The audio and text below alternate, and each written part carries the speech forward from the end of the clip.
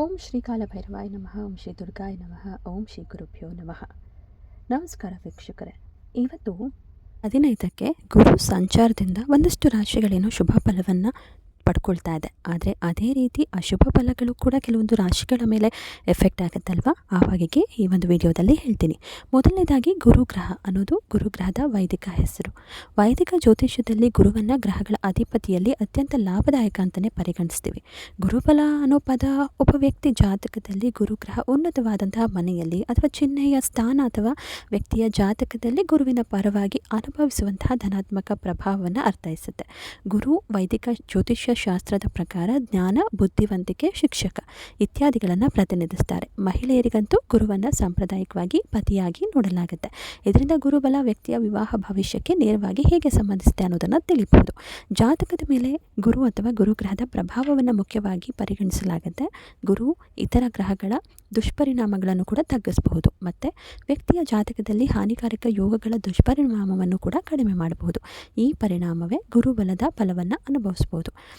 15 ಮೇ 2026ಕ್ಕೆ ಗುರುಗ್ರಹ ಮೇಷರಾಶಿಯಿಂದ ವೃಷಭ ರಾಶಿಗೆ ಪ್ರವೇಶಿಸ್ತಾರೆ. ಜ್ಯೋತಿಷ್ಯ ಶಾಸ್ತ್ರದ ಪ್ರಕಾರ ಗುರು ಒಂದು ರಾಶಿಯಿಂದ ಸಾಮಾನ್ಯವಾಗಿ ಜನ್ಮ ರಾಶಿಯಿಂದ 2, 5, 7, 9 ಹಾಗೆ 11ನೇ ಮನೆಯಲ್ಲಿ ಸಂಚರಿಸುವಾಗ ಶುಭ. ಮತ್ತೊಂದು ರಾಶಿಗೆ ಬದಲಾದಾಗ ಕೆಲವೊಂದು ರಾಶಿಗಳಿಗೆ ಗುರುಬಲ ಲಭಿಸಿದರೆ ಇನ್ನೂ ಕೆಲವೊಂದು ರಾಶಿಗಳಿಗೆ ಫಲವನ್ನು ನೀಡ್ತಾನೆ. ವೃಷಭ ರಾಶಿಯ ಈ ಸಂಚಾರದಿಂದ ಕೆಳಗಿನ ರಾಶಿಗಳಿಗೆ ಗುರುಬಲ ಸ್ವಲ್ಪ ಕಡಿಮೆ ಆಗುತ್ತೆ. ಆ ರಾಶಿಗಳಲ್ಲಿ ಮೊದಲನೇದು ಅಂತ ಹೇಳಿದರೆ ವೃಷಭ ರಾಶಿ. ಜಾತಕದಲ್ಲಿ ಅಥವಾ ಗೋಚಾರದಲ್ಲಿ ಗುರು ಜನ್ಮ ರಾಶಿಯಲ್ಲಿದ್ದರೆ ಅಂದರೆ ಮೊದಲ ಮನೆಯಲ್ಲಿದ್ದರೆ ಮಿಶ್ರ ಫಲಿತಾಂಶಗಳನ್ನು ನಾವು ನಿರೀಕ್ಷೆ ಮಾಡಬಹುದು. ಇದು ಜ್ಞಾನ ಮತ್ತು ಅದೃಷ್ಟವನ್ನು ತರುತ್ತೆ. ಆದರೆ ಕೆಲವೊಮ್ಮೆ ಅತಿಯಾದ ಆತ್ಮವಿಶ್ವಾಸ ಮತ್ತು ಆಲಸ್ಯವನ್ನು ಕೂಡ ಉಂಟು ಮಾಡುತ್ತೆ. ಇದು ಜನ್ಮರಾಶಿಯಲ್ಲಿ ಇರೋದ್ರಿಂದ ಸಾಮಾನ್ಯವಾಗಿ ಈ ಸಂದರ್ಭದಲ್ಲಿ ವೃಷಭ ರಾಶಿಯವರಿಗೆ ಮಾನಸಿಕ ಒತ್ತಡಗಳು ಹೆಚ್ಚಾಗಬಹುದು.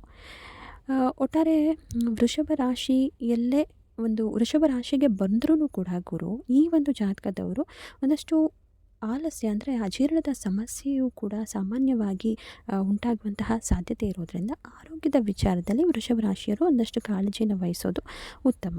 ಹಾಗೆ ಅತಿಯಾದ ಆತ್ಮವಿಶ್ವಾಸ ಅಂದರೆ ಓವರ್ ಕಾನ್ಫಿಡೆನ್ಸ್ ಈ ಒಂದು ಸಂದರ್ಭದಲ್ಲಿ ಒಳ್ಳೆಯದಲ್ಲ. ಏನೇ ಒಂದು ನಿರ್ಧಾರ ಮಾಡಬೇಕಂತ ಹೇಳಿದ್ರೂ ಕೂಡ ಒಂದು ರೀತಿ ಕೂತು ನಿರ್ಧಾರ ಮಾಡೋದು ಒಳಿತು ಅನ್ನುವಂಥದ್ದನ್ನು ಈ ಒಂದು ಸಂದರ್ಭದಲ್ಲಿ ವೃಷಭ ರಾಶಿಯವರು ಅರ್ಥ ಮಾಡ್ಕೊಳ್ಬೇಕಾಗತ್ತೆ. ಈ ರಾಶಿಯ ನಂತರ ಮಿಥುನ ರಾಶಿ. ಮಿಥುನ ರಾಶಿಯಲ್ಲಿ ಗುರು 12ನೇ ಮನೆಗೆ ಬರೋದ್ರಿಂದ ಇದನ್ನು ನಾವು ವ್ಯಯ ಭಾಗ ಅಂತಲೇ ನಾವು ಕರಿತೀವಿ. ಅನಗತ್ಯ ಖರ್ಚುಗಳು ಸಾಮಾನ್ಯವಾಗಿ ಹೆಚ್ಚಾಗುತ್ತೆ. ಜಾತಕದಲ್ಲಿ ಗುರು 12ನೇ ಮನೆಯಲ್ಲಿ ವ್ಯವಸ್ಥಾನದಲ್ಲಿ ಇರೋದು ಸಾಮಾನ್ಯವಾಗಿ ಅತಿಯಾದ ಖರ್ಚು ಹಾಗೆ ಆಧ್ಯಾತ್ಮಿಕತೆಯ ಕಡೆಗೆ ನಿಮ್ಮ ಆಸಕ್ತಿ ಹೆಚ್ಚಾಗುವಂತೆ ಮಾಡುತ್ತೆ. ಅದಾಗೆ ವಿದೇಶಿ ಪ್ರಯಾಣವನ್ನು ಕೂಡ ನೀವೇನಾದರೂ ಮಾಡಬೇಕು ಅಂತ ಅಂದ್ಕೊಂಡಿದ್ರೆ ಅದು ಕೂಡ ವಿದೇಶಿ ಪ್ರಯಾಣವನ್ನು ಸೂಚಿಸುತ್ತೆ. ಆದರೆ ಗುರು ಅಶುಭ ಸ್ಥಾನದಲ್ಲಿದ್ದರೆ ಅಥವಾ ಪಾಪಗ್ರಹಗಳ ಪ್ರಭಾವದಲ್ಲಿ ಏನಾದರೂ ಇದ್ದರೆ ಈ ಕೆಳಗಿನ ಅಶುಭ ಫಲಗಳನ್ನು ನೀಡಬಹುದು. ಅದರಲ್ಲೂ ಮುಖ್ಯವಾಗಿ ವೈವಾಹಿಕ ಜೀವನದಲ್ಲಿ ಒಂದಷ್ಟು ತೊಂದರೆಗಳನ್ನು ನೀವು ಅನುಭವಿಸಬೇಕಾಗತ್ತೆ. ಇನ್ನು ಸಂತಾನ ಅಪೇಕ್ಷೆಗಳು ಏನಾದರೂ ಇದರಲ್ಲಿ ಸಂತಾನದ ಸಮಸ್ಯೆಗಳು ಕಾಡುತ್ತೆ. ಅದಕ್ಕಾಗಿ ಡಾಕ್ಟರನ್ನು ಭೇಟಿ ಮಾಡಬೇಕು.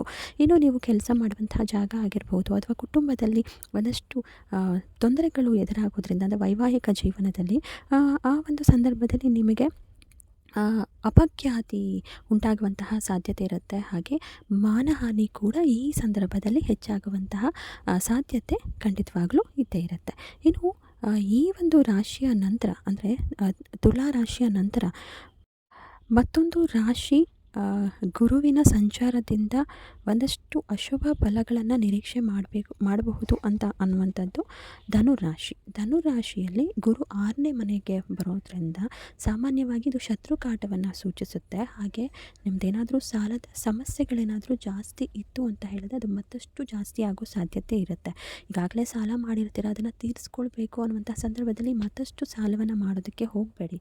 ಲೋನ್ಗಳ ವಿಚಾರದಲ್ಲಿ ಸ್ವಲ್ಪ ಜಾಗರೂಕತರಾಗಿರಿ. ಹಾಗೆ ಇನ್ವೆಸ್ಟ್ಮೆಂಟ್ ವಿಚಾರದಲ್ಲೂ ಕೂಡ ಜಾಗರೂಕತೆಯನ್ನು ಅನುಸರಿಸೋದು ಉತ್ತಮ. ಮುಖ್ಯವಾಗಿ ಈ ಒಂದು ಸಂದರ್ಭದಲ್ಲಿ ಸಾಲದ ಹೊರೆ ಹೆಚ್ಚಾಗುತ್ತೆ. ಹಾಗೆ ಬೇಡದೇ ಇರುವಂತಹ ಖರ್ಚುಗಳು ನಿಮ್ಮದಾಗುತ್ತೆ. ಶತ್ರುಗಳ ಕಾಟ ಕೂಡ ಉಂಟಾಗುತ್ತೆ. ಇನ್ನು ಮುಂದಿನ ರಾಶಿ ಕುಂಭರಾಶಿ. ಗುರು 4ನೇ ಮನೆಗೆ ಸಂಚರಿಸೋದ್ರಿಂದ ಸುಖ ಮತ್ತು ಶಾಂತಿಯಲ್ಲಿ ಕೊರತೆ ನಿಮಗೆ ಈ ಒಂದು ಸಂದರ್ಭದಲ್ಲಿ ಹೆಚ್ಚಾಗಿ ಕಂಡುಬರುತ್ತೆ. ಜಾತಕದಲ್ಲಿ ಗುರು 4ನೇ ಭಾವಕ್ಕೆ ಏನಾದರೂ ಬಂದರೆ ಅಂದರೆ ಗೋಚಾರ ಅಥವಾ ಜನ್ಮ ಜಾತಕದಲ್ಲಿ ಅದು ಸಾಮಾನ್ಯವಾಗಿ ಮಿಶ್ರ ಫಲಿತಾಂಶವನ್ನು ನೀಡುತ್ತೆ. 4ನೇ ಮನೆ ಸುಖ, ತಾಯಿ, ಆಸ್ತಿ ಮತ್ತು ಮನೆಗೆ ಸಂಬಂಧಪಟ್ಟಿದ್ದು. ಸೊ ಇದರಲ್ಲಿ ಸ್ವಲ್ಪ ಹುಷಾರಾಗಿರಿ. ತಾಯಿಯೊಂದಿಗೆ ಭಿನ್ನಾಭಿಪ್ರಾಯ ಉಂಟಾಗುತ್ತೆ. ಸ್ವಲ್ಪ ಕೇರ್ಫುಲ್ ಆಗಿರಿ. ಕೆಲಸದ ಸ್ಥಳದಲ್ಲೂ ಕೂಡ ತೊಂದರೆ ಎದುರಾಗ್ಬೋದು, ಜಾಗರೂಕರಾಗಿರಿ. ಹಾಗಾದರೆ ಗುರುಬಲ ಇಲ್ಲದಿದ್ರೂ ಕೂಡ ಗಾಬರಿ ಪಡೋ ಅಗತ್ಯವಿಲ್ಲ. ಭಕ್ತಿಯಿಂದ ಕೆಳಗಿನ ಪರಿಹಾರವನ್ನು ಮಾಡೋದ್ರಿಂದ ಗುರುಗ್ರಹದ ನಕಾರಾತ್ಮಕ ಪ್ರಭಾವವನ್ನು ಕಡಿಮೆ ಮಾಡ್ಕೊಳ್ಬೋದು. ಏನು ಮಾಡಬೇಕು ಅಂದರೆ ಗುರುವಾರ ಉಪವಾಸ ಮಾಡಿ. ಸಾಧ್ಯವಾದರೆ ಗುರುವಾರದಂದು ಉಪವಾಸ ಮಾಡಿ ಅಥವಾ ಸಾತ್ವಿಕ ಆಹಾರವನ್ನು ಮಾತ್ರ ಸೇವಿಸಿ. ಇನ್ನು ದಕ್ಷಿಣಾಮೂರ್ತಿ ಆರಾಧನೆ ಮಾಡೋದ್ರಿಂದ ಒಳಿತು. ಪ್ರತಿ ಗುರುವಾರ ಶಿವನ ದಕ್ಷಿಣಾಮೂರ್ತಿ ಸ್ವರೂಪಕ್ಕೆ ಅಥವಾ ರಾಘವೇಂದ್ರ ಸ್ವಾಮಿಗಳಿಗೆ ಪೂಜೆ ಸಲ್ಲಿಸೋದ್ರಿಂದ ಒಂದಷ್ಟು ಫಲಗಳನ್ನು, ಶುಭ ಫಲವನ್ನು ನಿರೀಕ್ಷೆ ಮಾಡ್ಬೋದು. ಇನ್ನು ಗುರು ಮಂತ್ರ ಪಠಣೆ ದಿನಕ್ಕೆ 108 ಬಾರಿ ಓಂ ಬ್ರೂಂ ಬೃಹಸ್ಪತಿಗೆ ನಮಃ ಈ ಒಂದು ಮಂತ್ರವನ್ನು ನೀವು ಜಪಿಸ್ತಾ ಬರಬೇಕು. ಹಾಗೆ ದಾನ ಮಾಡೋದು ಮುಖ್ಯ. ಬಡವರಿಗೆ ಅಥವಾ ವಿದ್ಯಾರ್ಥಿಗಳಿಗೆ ಕಡಲೆಕಾಳು, ಹಳದಿ ಬಣ್ಣದ ಬಟ್ಟೆ ಅಥವಾ ಸಿಹಿ ಪದಾರ್ಥವನ್ನು ದಾನ ಮಾಡಿ. ಇನ್ನು ಕುಲದೈವ ಮುಖ್ಯವಾಗಿ ಎಲ್ಲರನ್ನೂ ಕಾಪಾಡುತ್ತೆ. ಈ ಸಂದರ್ಭದಲ್ಲಿ ಯಾವುದೇ ಕೆಲಸವನ್ನು ಮಾಡೋದಕ್ಕಿಂತ ಮುಂಚೆ ಕುಲದೈವವನ್ನು ಸ್ಮರಿಸಿ, ಉತ್ತಮ ಫಲ ನೀಡುತ್ತೆ. ಈ ಫಲಗಳು ರಾಶಿ ಭವಿಷ್ಯದ ಮೇಲೆ ಆಧಾರಿತವಾಗಿದೆ ಹೊರತು ನಿಮ್ಮ ಜನ್ಮ ಜಾತಕದಲ್ಲಿರುವಂತಹ ದಶಭುಕ್ತಿಗಳ ಮೇಲೆ ನಿಖರವಾದ ಫಲಿತಾಂಶಗಳು ಸಾಮಾನ್ಯವಾಗಿ ನಿರ್ಧಾರ ಆಗುತ್ತೆ. ಒಟ್ಟಾರೆ ಈ ಒಂದು ಪರಿಹಾರವನ್ನು ನೀವು ಪಾಲಿಸಿದ್ದೆ ಆದರೆ ಒಂದಷ್ಟು ಶುಭ ಫಲಗಳನ್ನು ನಿರೀಕ್ಷೆ ಮಾಡ್ಬೋದು. ನಿಮ್ಮದು ಕೂಡ ರಾಶಿಗಳಲ್ಲಿ ಒಂದಾಗಿದ್ದರೆ ಕಮೆಂಟ್ ಮಾಡಿ ತಿಳಿಸೋದನ್ನು ಮರಿಬೇಡಿ. ಹಾಗೆ ಸಬ್ಸ್ಕ್ರೈಬ್ ಮಾಡಿ ನಮ್ಮ ಗ್ರಹಗತಿ ಚಾನಲನ್ನು.